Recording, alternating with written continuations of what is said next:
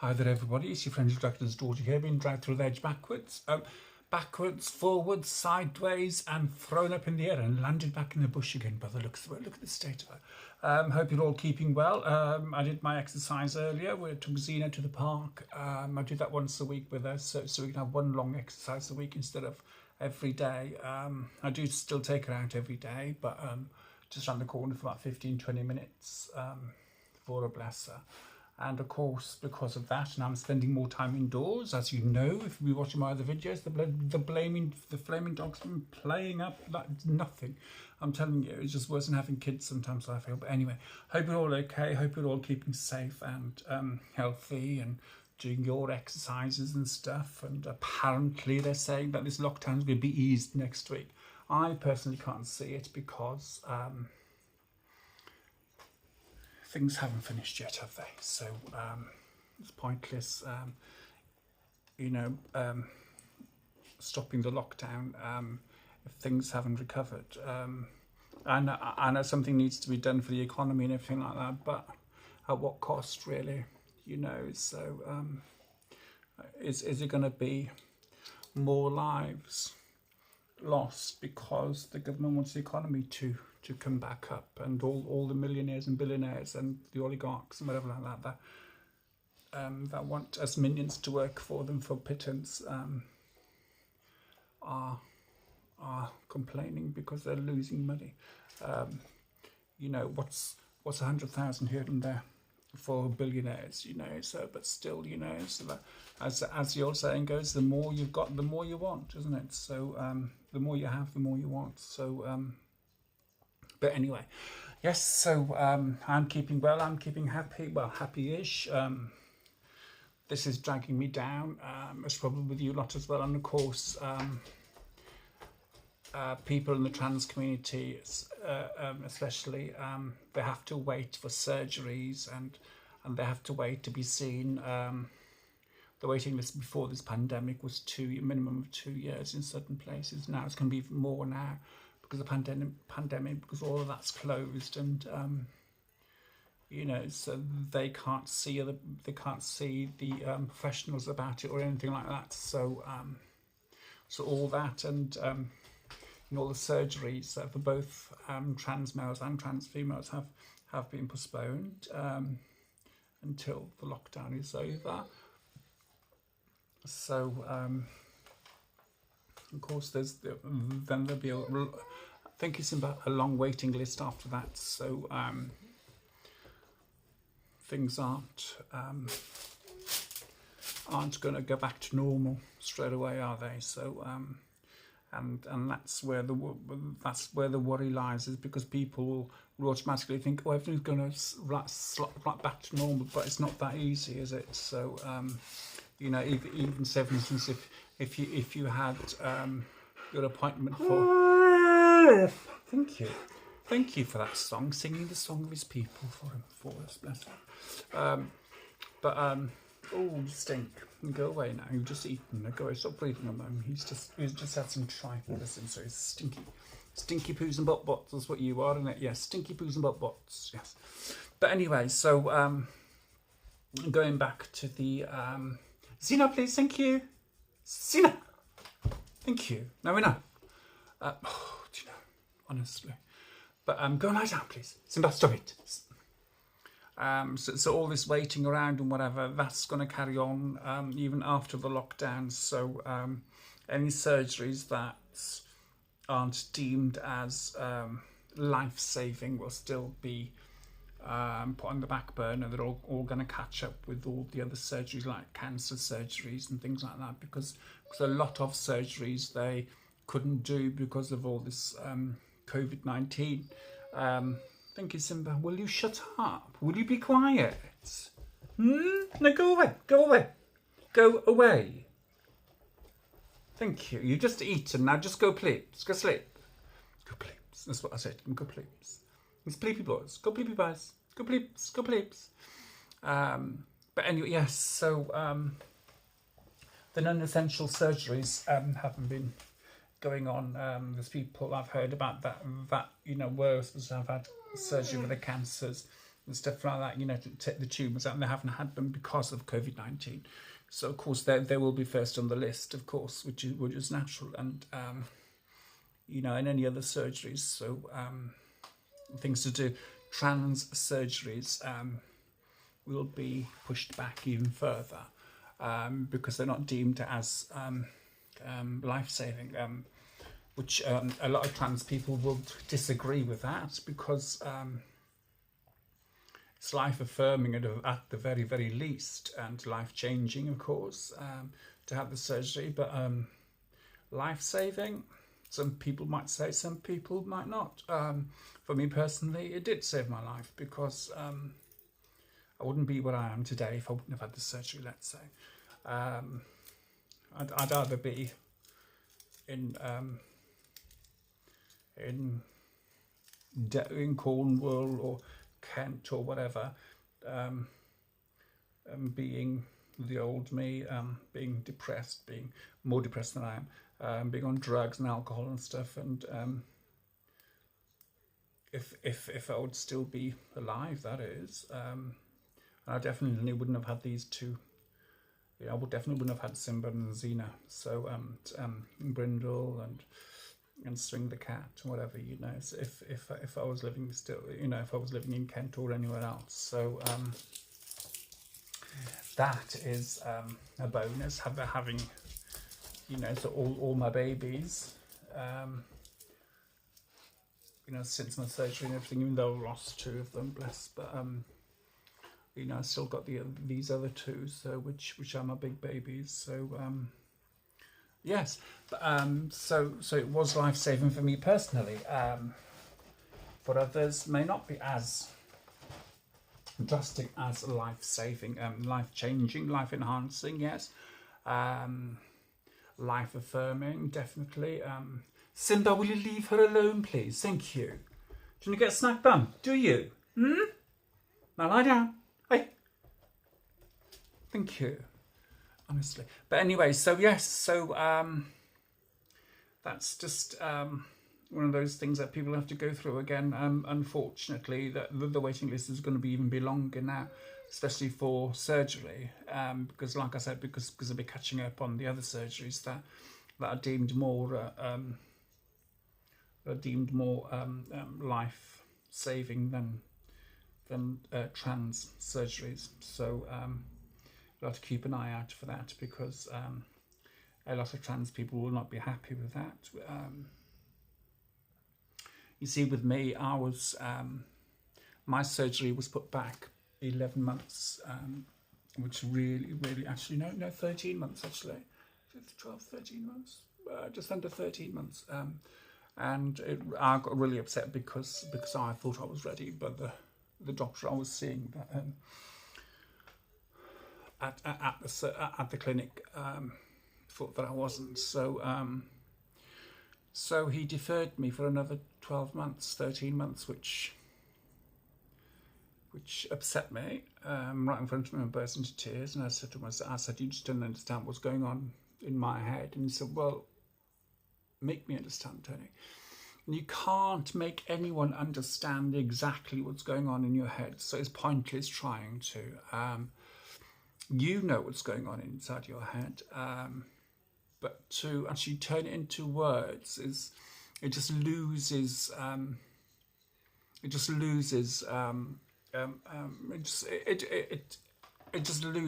in translation. So you know, so and feeling something is much deeper than actually explaining something. So trying to explain to somebody how I really felt, and you know, without not having the surgery and wanting the surgery and everything, and it was quite difficult. But anyways, I got there in the end, didn't I? So I'm one of the lucky ones. I got there in the end, and I'm happy with who I am. So, and I personally think, and this is where we disagree, most probably disagree, or a lot of you will agree, but won't say it because it'd be too you know, just in case you might offend somebody. But anyway, so yes, so as I was saying, so I'm one of the lucky ones that had the surgery, and I'm happy with what I got. So maybe that's why I'm not a militant trans woman or a trans person, because I am happy with who I am. I am happy with my lot. I am happy being trans. I don't want to, and I've said this before and I will say it again, I don't want to be in the same category as a biological woman, because I'm not a biological woman, and I never will be a biological woman, and I know that, and I have come to terms with that. And I came to terms with that basically I came to terms with that decades ago, knowing that I would never be a biological woman. So, and I'm okay with that, and I'm happy with that, and I'm happy with who I am. I'm happy with what I am, which is a tranny with big boobs and with an attitude. Some think my attitude stinks, some doesn't. Some people don't like it, others do. So you can't please everyone, can you? So, but what I'm saying is that there will be trouble in mill, as it were, after this lockdown eases and people are having surgeries because of the waiting list and everything. And of course, I don't know if you all know that, I don't know if it's still the same, but it wouldn't be at the moment because of all this COVID-19 and all the lockdown, whatever, so people can't meet up. But was it twice a month? I think it was twice a month. It could be once a month now. It could have changed to once every month. The local NHS council, the local council were dedicated to the NHS organisation group, or whatever you want to call them, used to meet, like you've got the Devon, you've got the Plymouth, you've got the Exeter, you've got whatever, and they meet up twice a month.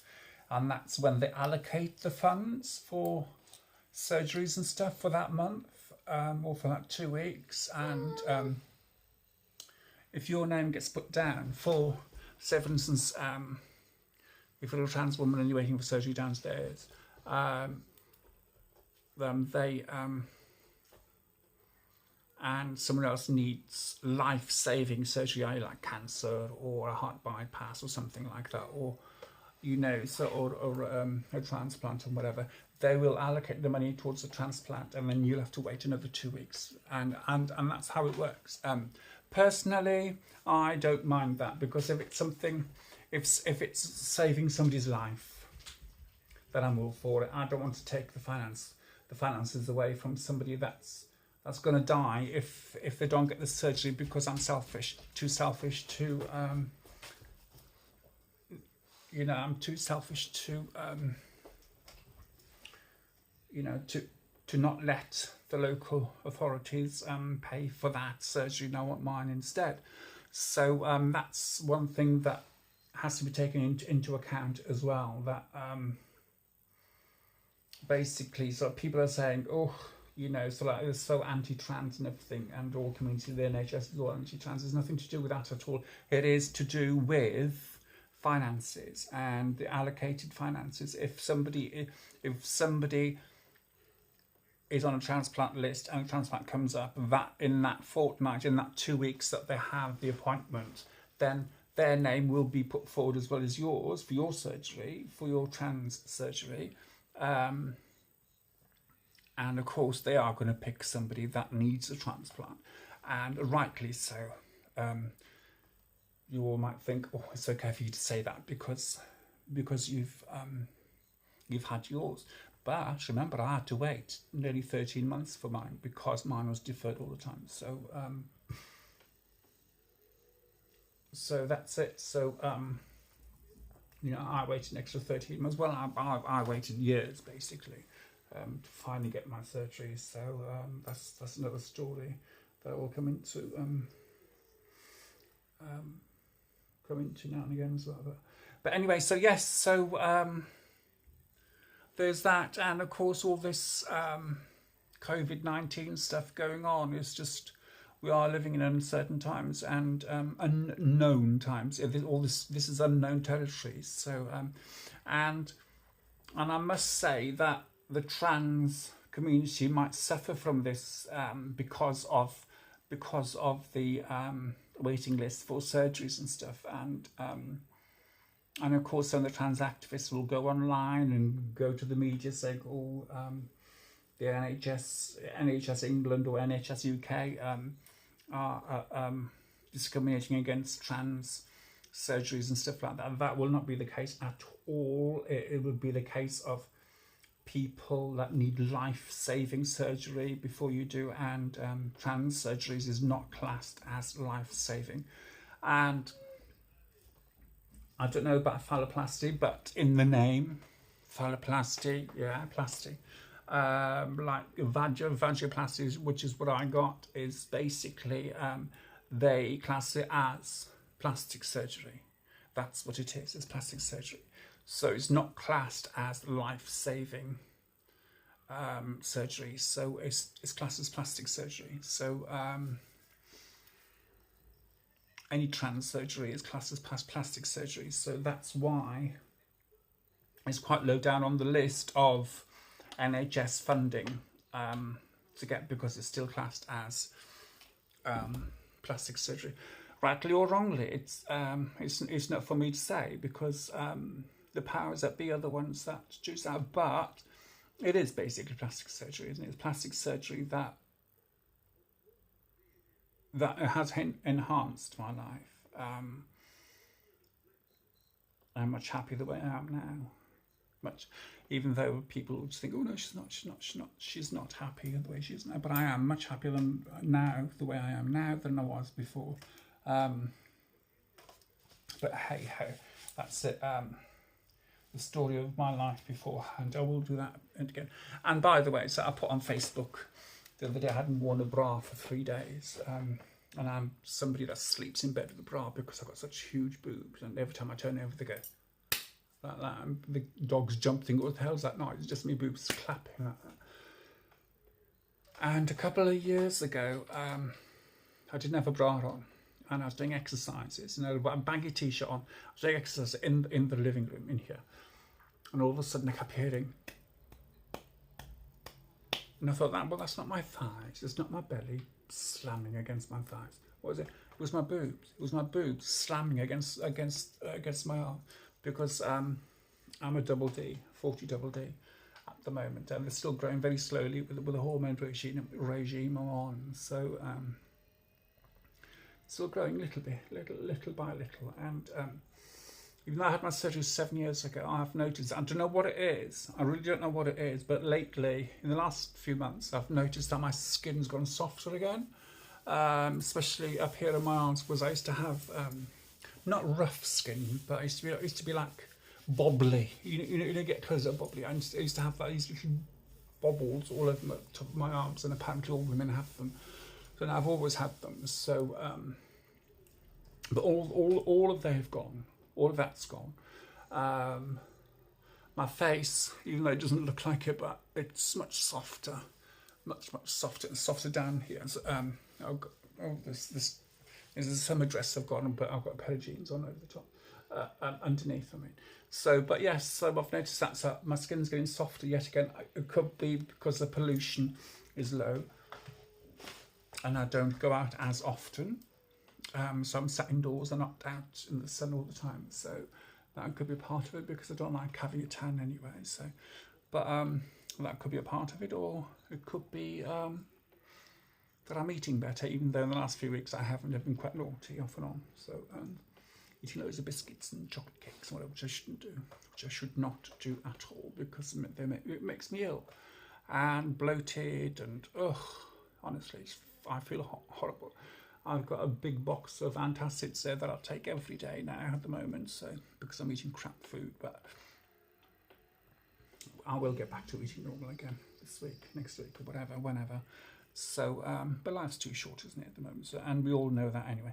So, right, so I'm not going to witter on, because I'm just wishing on about stuff and nonsense. But what I'm saying is that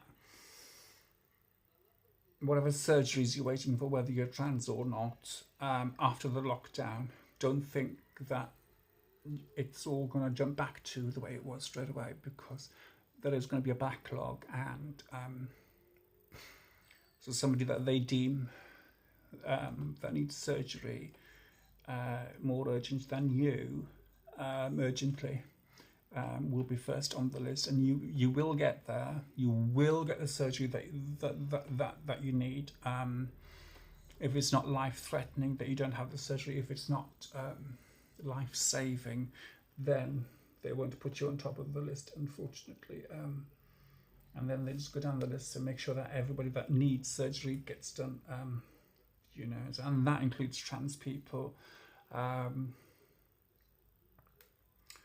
It's like, no, I'm not going to talk about that because I think it's wrong, because the people I was going to talk about might get bad publicity from what I might say, might get repeated and whatever, so it's not nice. So I shall keep my views to myself about that. But yes, so be kind to each other, be good to each other, be good to yourself as well. Remember to treat yourself, still treat yourself. I do that now and again. I bought some hair dye, so I might do it tonight. So next time you might see me, my hair might be even darker. So I've gone to I'm going Mystic Black, it's called. This looks like blue black, so I don't know if it's going to be blue black or not, so, but I'll try it and see what happens. If it doesn't work, it doesn't work. I'll just go back to my a red black. My hair's quite dark anyway, isn't it? So it's quite lanky and dark and everything. So it's I really don't know what's wrong with my hair. I might get a perm lift. You know, it's a perm for the roots to lift the hair up a bit. I might get that done after the lockdown's done. But anyway, so panic not, worry not. Things will get back to normal, but much slower than we think.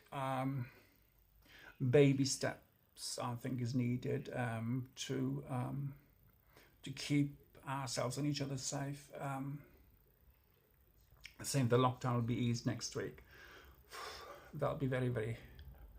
Personally, I think it'll be wrong, but hey, I'm not in the government. I'm not a professional or anything like that. So who am I to talk about it? But anyway, so I'm gonna go now. So be safe, be good, be safe, be healthy, be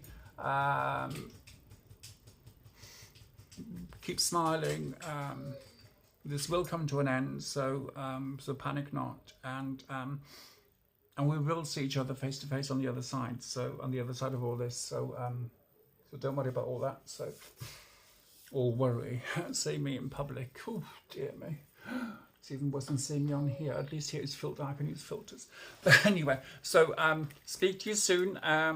If you enjoy this, subscribe, share, like, press the like button, press the subscribe button. Share the heck out of it, press the bell icon thingy, so every time I post a new video, you'll get told, you'll get notifications. So, and if you think that anybody wants to have a giggle for 2 minutes or 5 minutes or 10, 20 minutes, or however long the videos, pass the videos on and get them to watch. And if they like, get them to subscribe and share. Simba, thank you. So, stop, thank you. Honestly, he's just being a boy. He's just being a boy. Oh, he wants to get his face in the camera again, don't you? Can you get your face in here again, do you? Come on, come on, come on, come on. Upsy dipsy, come on. There you go. Do you want your face? There. See, you wanted to be on the camera again, didn't you? That's what it was. You wanted to be on the camera there, didn't you? Yeet, bless him. But anyway, so it's like yesterday. He nearly pooed his pants because the back window in the lounge slammed shut because the wind was really, really strong, and he nearly pooed his pants. He's a £100 wolf dog, and he just nearly landed on my shoulder. Honestly, a broken shoulder again. But anyway, so I'm wittering on again. So, like I said, share and share and share and share and do whatever you want, and be kind to each other, be good to each other. So, and even Simba says the same. So that's Simba saying, be kind to be good. See, is that what you're saying? That you're telling people to be kind and good? You're telling people to be kind and good, are you? There you go. See, he's telling people to be kind and good. To be good and kind, yes. There you go. All right, get down there. I'm just going to say goodbye to people. All right then, so Simba said his little piece as well, to be good and be kind to each other. And I shall speak to you soon. Bye-bye.